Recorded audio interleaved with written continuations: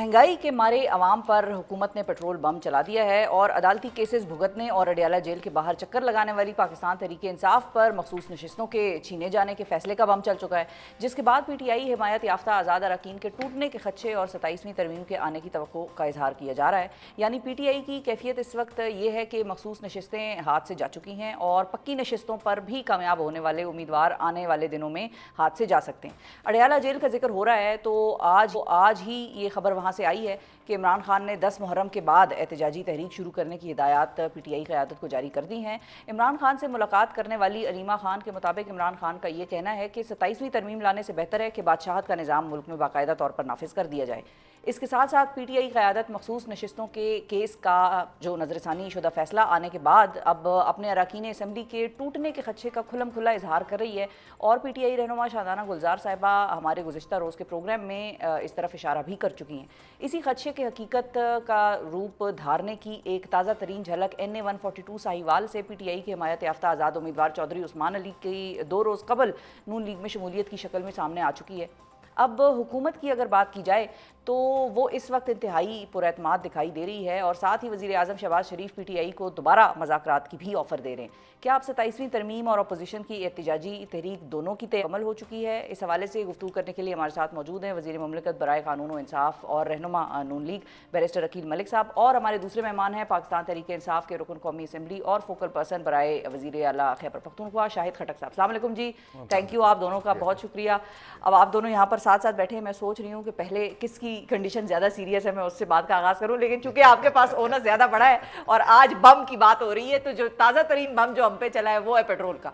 अकील साहब, अब कहने को तो वैसे हमें जो चीज़ नज़र आ रही है वो ये है कि गवर्नमेंट कंफर्टेबल पोजीशन पे है, वज़ीर आज़म साहब दोबारा कह रहे हैं कि भाई आ जाए हमारे साथ बैठ जाएं और गवर्नमेंट को कोई ख़ास खतरा नहीं है, और आने वाले वक्तों में ये भी इजहार किया जा रहा है कि हो सकता है गवर्नमेंट मज़ीद कंफर्टेबल हो जाए कि वो जो मजबूत से मजबूत इधर से उधर तक जरा खिसक के इस तरफ से दिले बह रहे हैं। अच्छा, तो इस सारे जो एक सिनेरियो है इसमें बताएं कि ये जो पेट्रोल की कीमत का जो इजाफा है और एक माह में 2 मरतबा ये हो चुका है, और क्या इसके बाद भी आपको कंफर्टेबल वो जो पोजीशन है अपनी उसका एहसास हो रहा है, या आपको लगता है कि ये ज़रा खासा खर्च करेगा आप लोगों का पॉलिटिकल कैपिटल?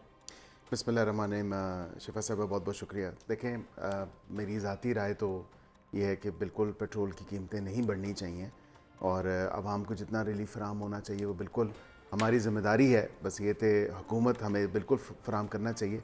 कुछ ऐसी चीज़ें आपने देखा कि ईरान और इसराइल की जो जंग थी उसके बाद ये प्राइसेस उस हिसाब से बढ़ी हैं और ये टेम्प्रेरी हैं, ये कोई कह लें कि महीने के लिए 2 महीने के लिए, इस तरह खुदा न खासा ऐसी बात नहीं है। सिर्फ एक फोर्थ नाइट के लिए हैं जो 2 हफ्ते का पीरियड होता है। 15 दिन बाद आप देखेंगे ये प्राइसेस रिवाइज़ होंगी। उसके साथ जो दूसरा आप बात करिए इसी में ही इंक्लूडेड है ₹2.5, और मैं इसमें मुझे कोई आड़ नहीं है बताने में कि क्लाइमेट सपोर्ट फ़ंड जो क्योंकि हम सारे ही इस चीज़ को रियलाइज़ करते हैं कि क्लाइमेट चेंज अब वाक़तन एक हकीकत है और हमें इस चीज़ को देखना होगा कि हम उसके मिटिगेशन के लिए क्या कर रहे हैं। तो बाहर से तो हम पैसे ले आते हैं IMF से, वर्ल्ड बैंक से, और बिलियंस ऑफ डॉलर्स लेके आते हैं क्लाइमेट सपोर्ट फंड में, लेकिन हम लोग यहाँ पे इवन दो कि पाकिस्तान लोएस्ट एमिटर है कार्बन एमिशंस का, लेकिन आप इस्लामाबाद में ही रहती हैं, आपने देखा कि किस तरह बेमौसमी बारिशें हुई, बेमौसमी जालाबारी हुई, ओले पड़े, हर हफ्ते पड़ रहे हैं। और यही तो बात है।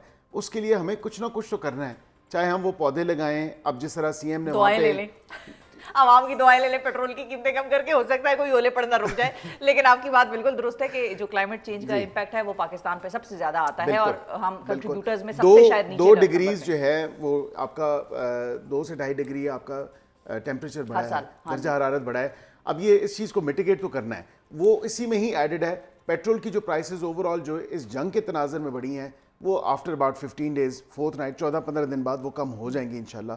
तो उसमें घबराने की कोई बात नहीं है, ये टेम्परेरी है, ये बिल्कुल एक हम समझते हैं कि ये बोझ है, लेकिन ये बोझ हम सब ने बर्दाश्त करना है। क्योंकि ईरान इसराइल की जंग का जो सीज फायर हुआ उसके बाद ये कीमतें ज़रा कम भी हुई हैं आलमी मंडी में। देखिए, अभी फिल वक्त जो इम्पैक्ट हमें आया है ना उसका, तो बिल्कुल हमारे ऊपर तो इम्पैक्ट आया है। बसीयत पाकिस्तान, बसीयत एक कौम, बसीयत एक मुल्क, तो हमने वो इम्पैक्ट, अब ज़ाहिर बात है कंज्यूमर्स नहीं वो बेयर करना होता है, और हम सब कंज्यूमर्स हैं। ہم سب یوزرز ہیں, پیٹرول کے گاڑیاں چلاتے ہیں, پیٹرول استعمال کرتے ہیں, موٹر سائیکل استعمال ہوتے ہیں, تو یہ ہمارے پہ بھی تو ذمہ داری آتی ہے کہ ظاہری بات ہے. اور ان کے دورہ حکومت میں بھی ہوئی, یہ کوئی پہلی دفعہ نہیں ہو رہا, ان کے دورہ حکومت میں بھی, اور ان کے دورہ حکومت میں 8-10 روپے بڑھتی تھی, یہ کس طرح جاتے جاتے کم بھی کر گئے 10 روپے, وہ پھر اس کا خمیازہ پوری قوم نے بھگتا. آئی ایم ایف کا جو آپ نے تمام تر معاملہ دیکھا وہ تو پھر بھگتا. اچھا, اور یہ آپ کا منسٹری کا ٹاپک نہیں ہے, ہم ذرا زیادہ ڈیٹیل میں اکانومی میں چلے گئے, لیکن آپ کو لگتا ہے کہ آپ کا پولیٹیکل کیپٹل خرچ ہو رہا ہے یا ہوگا, کیونکہ پی ڈی ایم کی گورنمنٹ میں بھی جب تیل کی قیمتیں بڑھ جاتی تھیں تو پی ڈی ایم کو اسی وجہ سے شاید زیادہ تنقید کا سامنا بھی ہوتا تھا کہ بھئی وہ جاتے جاتے کم کر گئے تو آپ لوگوں نے بڑھا دیا, پھر بڑھا دیا, پھر بڑھا دیا. لیکن لوگوں کو اب سے یہ سمجھ آئی نا کہ یہ جاتے 10 روپے کم کر گئے, اور انہوں نے یقین کریں کہ اس وقت قوم کے ساتھ اتنی زیادتی کی, اتنا بڑا قوم کا نقصان کیا. آئی ایم ایف کا ایگریمنٹ, پھر آئی ایم ایف آپ کو پیسے نہیں دیتا تھا. آئی ایم ایف کا ابھی بھی دیکھیں تو کتنی پھر ان کی شرائط آتی ہیں, پھر کتنی ہی ان کی سننی پڑتی ہے. وہ صرف اس ایک وجہ سے جب ہم نے ایگریمنٹ آنر نہیں کیا, انہوں نے کہا کس طرح یہ پاسبل ہے کہ آپ جاتے جاتے آپ نے کہا جی یہ 10 روپے ریلیف ہے. ریلیف تو نہیں تھا, وہ پوری قوم کے ساتھ زیادتی تھی. قوم کے ساتھ آپ لوگ زیادتی کر کے گئے ہیں. پہلے اس کا وہ آپ جواب دے دیں, پھر میں آپ سے پوچھتی ہوں کہ آپ پہ جو الگ بم چلا ہے اس کی کہانی پھر ہم بعد میں اس پہ میں پہلے دیکھیں, ابھی عقیل کے ساتھ میری تھوڑی بہت ابھی دوستی بھی بن گئی, کیونکہ ٹی وی پہ بیٹھتے رہتے. میرا پارلیمنٹ میں بھی کوشش یہی رہتی ہے کہ جو جس مزاج میں گفتگو کرے اسی طرح اس کو بندہ جواب دے. دیکھیں بجٹ میں ہم یہی چیخ رہے تھے کہ یہ پیٹرولیم لیوی جو ہے 13 یا 17 روپے امپوز کر رہے ہیں, تو آٹومیٹیکلی تیل 15-16 روپے مہنگا ہو جائے گا. دیکھیں انٹرنیشنل پرائس آپ گوگل ہے, آپ دیکھ لیں پچھلے 20-25 دنوں کے پرائسز دیکھ لیں کہ ایران جنگ سے پہلے انکریز کیا تھی پیٹرول کی, اب انکریز کیا ہے, اس کا ایوریج نکال دیں, آپ کو اندازہ ہو جائے گا. نمبر سیکنڈ, دیکھیں ہمارے دور حکومت میں ہم نے پیٹرولیم لیوی جو تھی وہ نیگوشیٹ کی تھی آئی ایم ایف کے ساتھ کہ جی ہم عوام کو ریلیف دینا چاہتے ہیں. جو پیٹرولیم لیوی ہمارے دور حکومت میں میرے خیال میں پہلے 17 روپے تھی, پھر 48 روپے پہ پہنچی. پھر ہم نے ان کو کہا کہ جی چونکہ کووڈ کا بھی ایشو تھا, اس کے علاوہ اور بھی آلریڈی قوم کے اوپر بڑا بوجھ تھا, تو ہم نے آئی ایم ایف کے ساتھ نیگوشیٹ کیا, کیونکہ ہمارے پاس ایک ہی راستہ تھا کہ ہم قوم کو ریلیف دیتے, کہ ہم اپنے ٹیکسیشن کو کم کرتے.